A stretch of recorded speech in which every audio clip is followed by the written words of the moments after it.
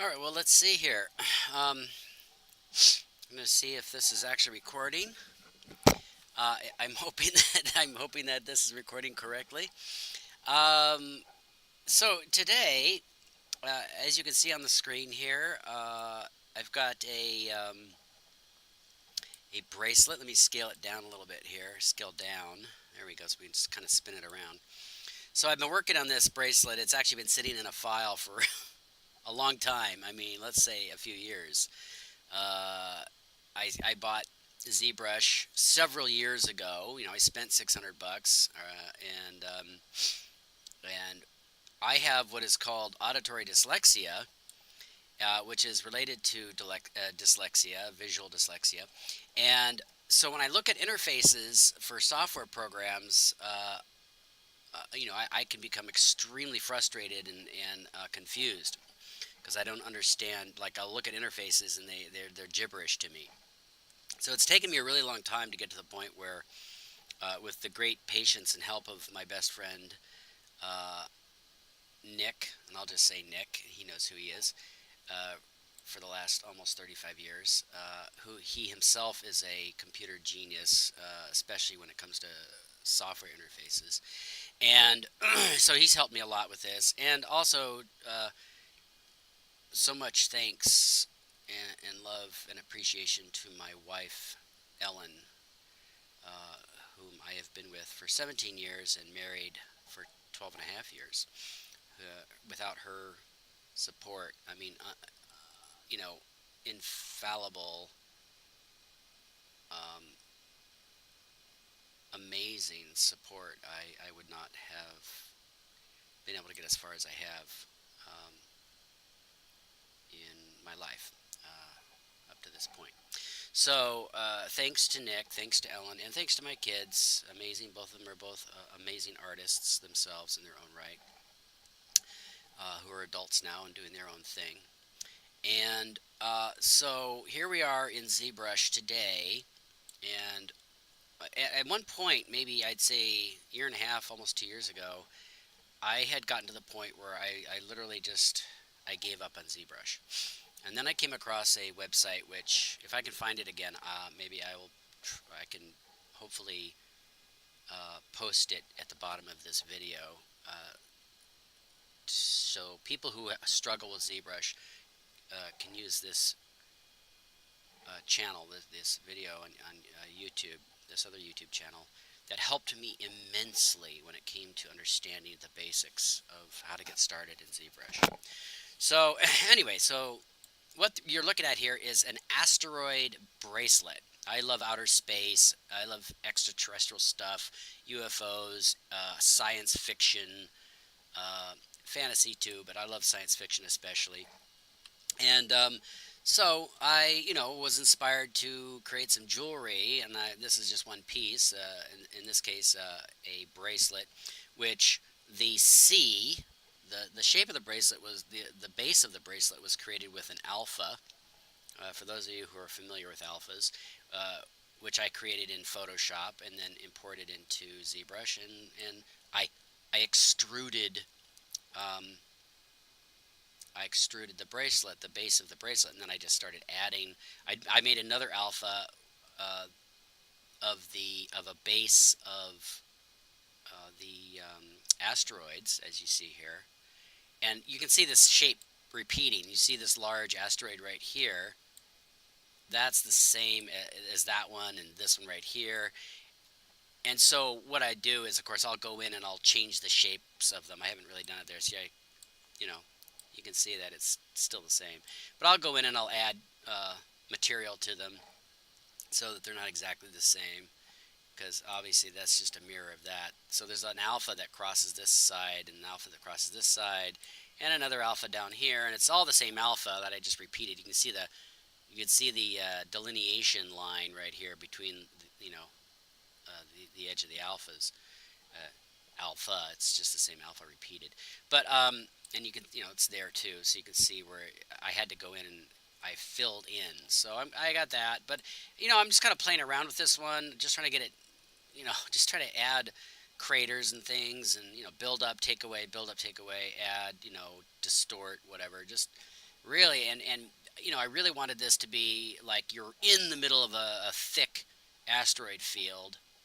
So there's no, you know, stars or outer space or anything like that. It's just you're in an asteroid field. So anyway, let's play around with it a little bit, and I will try to remember to talk. Sometimes I get caught up in just working on what I'm doing, and I forget that I'm actually recording, or that this is something that, you know, people might want to hear me blather on about. So let's scale it up here a little bit. Let's go in. I forget what I was working on yesterday. I had started. I thought I was recording this whole thing yesterday, and I had some problems with my OBS program, which is my, you know, on-screen recording, and then again, my good friend of 35 years almost here, Nick, he straightened me out, maybe with a little bit of levity and some teasing and stuff, but he got me straightened out, and so here I am recording, and so let's get in here. I've been taking, if you look at the edges of this stuff here, let's zoom in again. Let's scale in right here. Let's look at that. See that right there? Uh, yeah, you see all that. So I've been going in. Let me get my pad here, my Wacom. Wah, computer. Um, and we'll shrink this down. And so what I've been doing was I was like smoothing, taking my tool here, and I'm using the for my keys I've set up. I'm using the Shift key. You may have it set up differently, or you may set it up differently. But I've been going in and kind of just gently smoothing out some of the alphas when they get imported, and when you import them at a low resolution, um, they tend to, you know, create they tend to create you know, like a pixelated uh, faceting. Isn't that fascinating? Fascinating. So I go in and I kind of just smooth that out a little bit. You can see these little things. They're not really that bad, and of course, they're so small. The scale is so small that when these things actually get printed, when I go and print this thing out in, like, let's say jeweler's wax, it probably won't make a difference. But I'm a very anal retentive person, and so I like things to be just so. And and so here I just do a little build up here. And what I've been trying to do is just kind of smooth them out, get rid of that some of that faceting. That's the wrong tool right there. The one I really like is clay buildup. I love it because it's just bizarre. Let's see here. Let's make it a little smaller. Yeah, there we go. And my Z intensity is 20. So it's you know, I can, if I really push hard, you see that. And we can even just leave it in there. It doesn't even matter. Hey, look, it's a potato.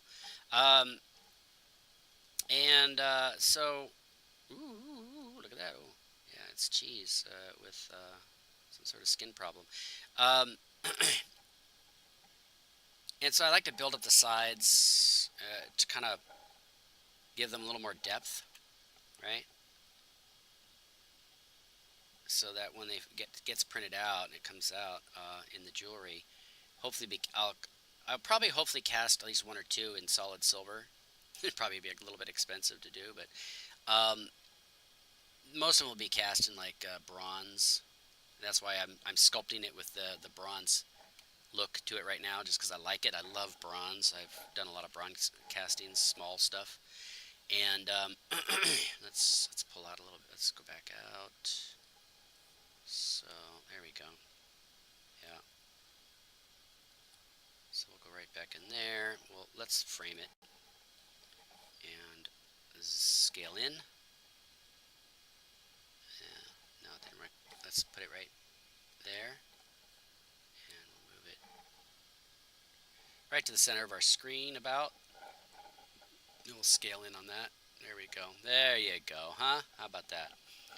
And just keep building it up a little bit here.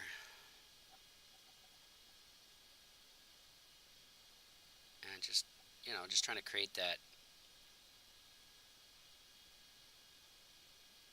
illusion of depth. So you can see I am very anal retentive. This is a very tedious process. But what I do is I'll just go to like each one of these guys. I won't stay on one. I was staying on that one. I guess I was getting a little anal with it. But get in there and you see, just build up. And I just love this because it's very random. You know, you can just kind of I'm literally doodling in 3D is what I'm doing,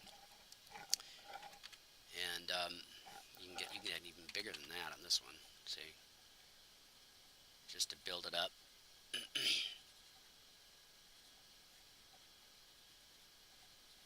Love it, love it.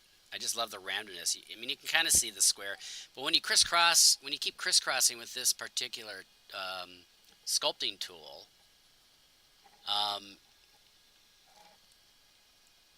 it has a very crisscrossy, random nature to it.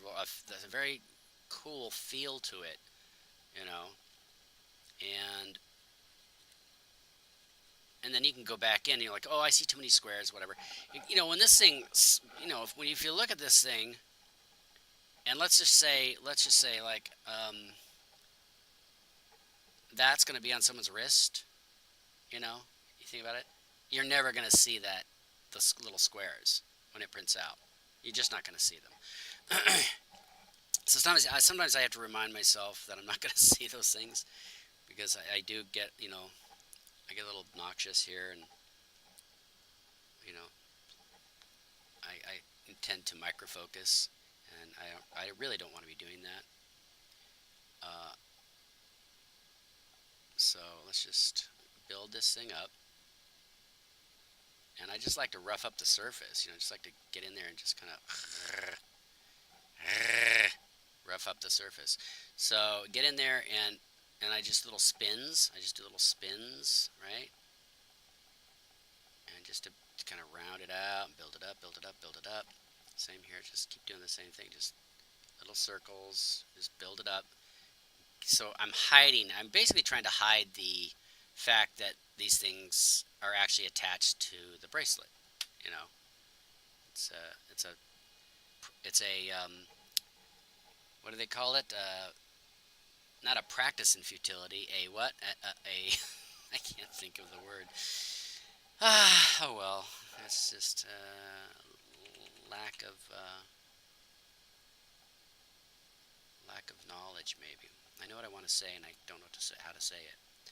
Um, so there we go. Just build up these. You know, even the smaller ones here. Just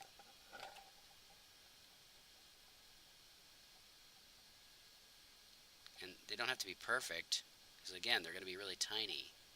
You can see some of those really tiny ones already have craters and stuff in them, right?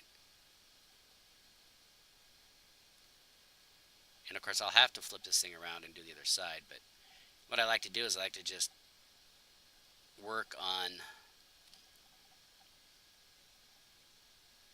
one area. It's probably overdone. That looks weird. Not that anyone will notice. Just build stuff up. Can always come back in and push it back down again. You know, soften things and do stuff here and there. But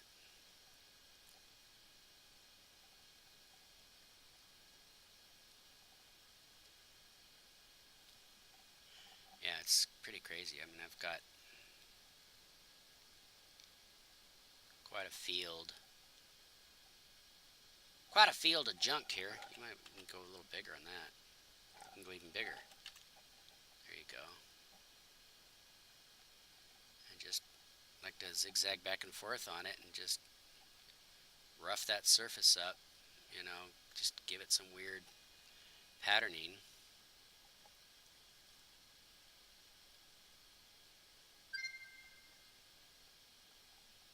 And that's my phone, of course.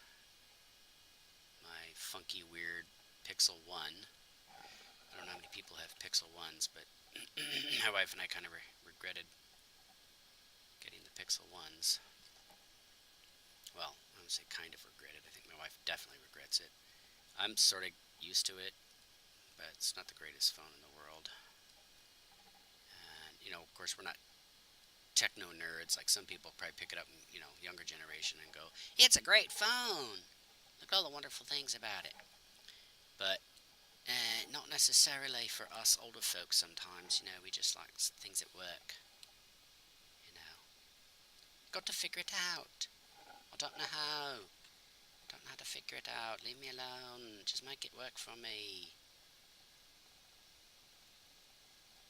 That's because we don't have time. Like, younger people have all the time in the world. Older people, hey man, we're 365 days closer to the great unknown, so we don't have time to dick around with this shit. Ooh, excuse my language here.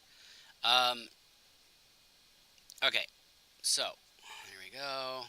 See, look at this. Looks to me like there's just so much needs to get done here. And this video is basically this is really an intro video to my ZBrush, because my ZBrush sculpting, because I've never done this before. I've made some video. I made I think I made one video, and I put it on I started a YouTube channel called Art Bronze Hardware, something like that, and I just never did anything with it. I made one video and put it up there, and God knows if it's even still up there. And I had to shoot it on a regular camera, and then put it in a editing program, which I no longer have, Magix. And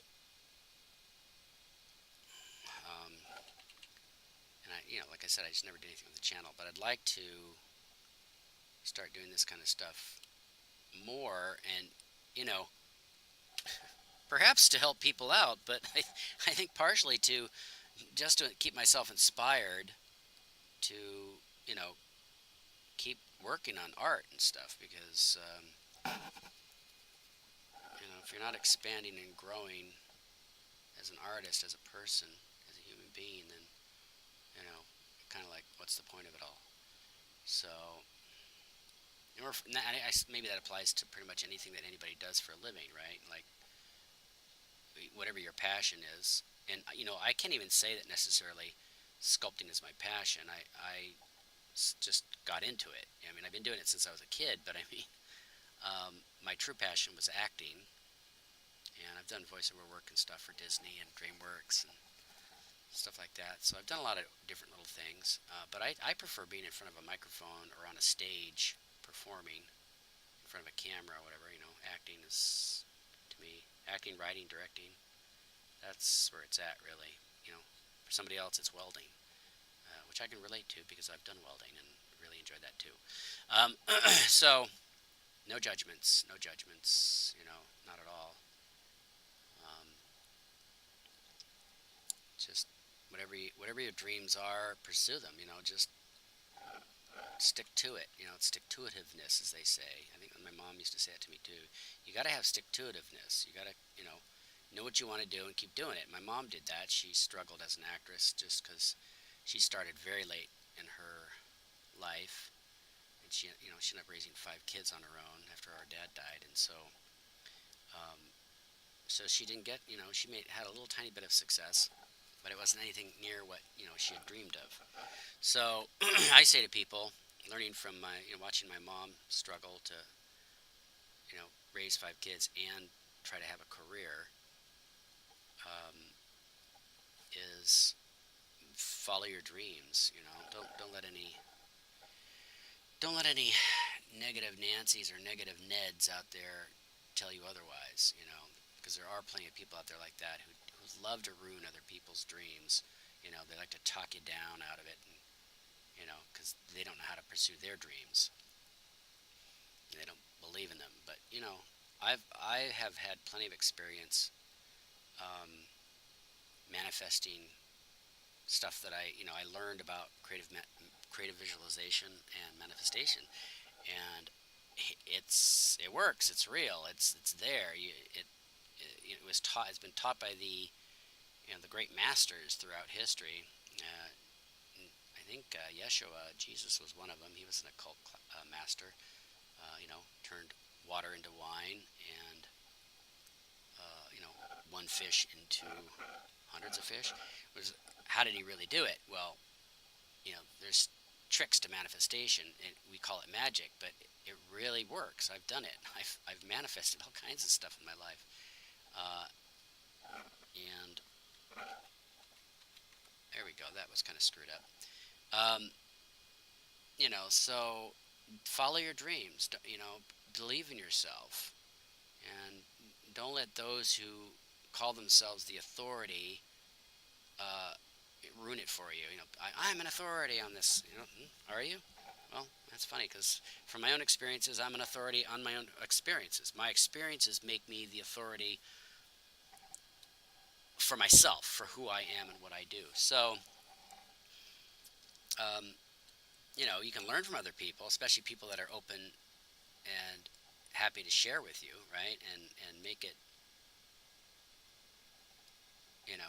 their priority to share their knowledge, so that they learn something while they're teaching you something that they know about, and maybe you teach them something as well. Excuse me. So, you know, just keep practicing. That's really what I've learned. I think that's one of the lessons I've learned is just keep practicing. I'm not going to get any better if I sit around twiddling my thumbs. So you just got to, get in there. You can kind of see these look almost resolution-wise. These look like like they've been weathered. They look a little soft. Maybe I did that. I don't know. In a previous iteration, previous sculpting job I was doing on this, because this, like I said, I've had this. This has been sitting in my files for 3 or 4 years. Since 2015, I think, was the last time I was serious about working on this. And it's 17 now, so that's 3 years. But I have, they say turn over a new leaf each year, January 1st. And they say, and here's the reasons why you don't do that. Well, I'm not really doing that per se. I'm not, like, I didn't like write it down. My New Year's resolution. I didn't do that. Mainly, what I do is I just say I'm gonna. This is what I'm gonna do this year. Or this, But maybe not even this year. Sometimes it's like, this is what I'm gonna do this month. These are my goals for this month, and you got to try to reach those goals. You got to treat it like you're going to a job, because technically it is a job. So. You thought I was going to just sit here and talk about ZBrush and the tools and stuff, but I don't. You just got to watch what I'm doing. I don't even know what I'm doing. Most of this stuff over here, I don't even. Most of the stuff on the left side of the screen, subtools, geometry, array mesh, nano mesh, layers. Layers is I'm familiar with and stuff, but I'm not. I am definitely not an expert in ZBrush, so I can't sit here and make professional suggestions or whatever to you. I'm here really more for entertainment value, and you can hear me jibber jabber, and we can talk.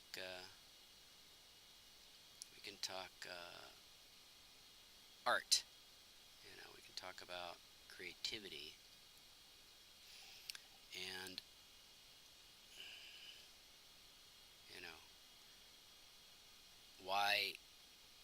why being creative is so important from day one, literally from when you're an infant, and hopefully you have parents that raise you that way instead of like telling you can't be this or can't do that.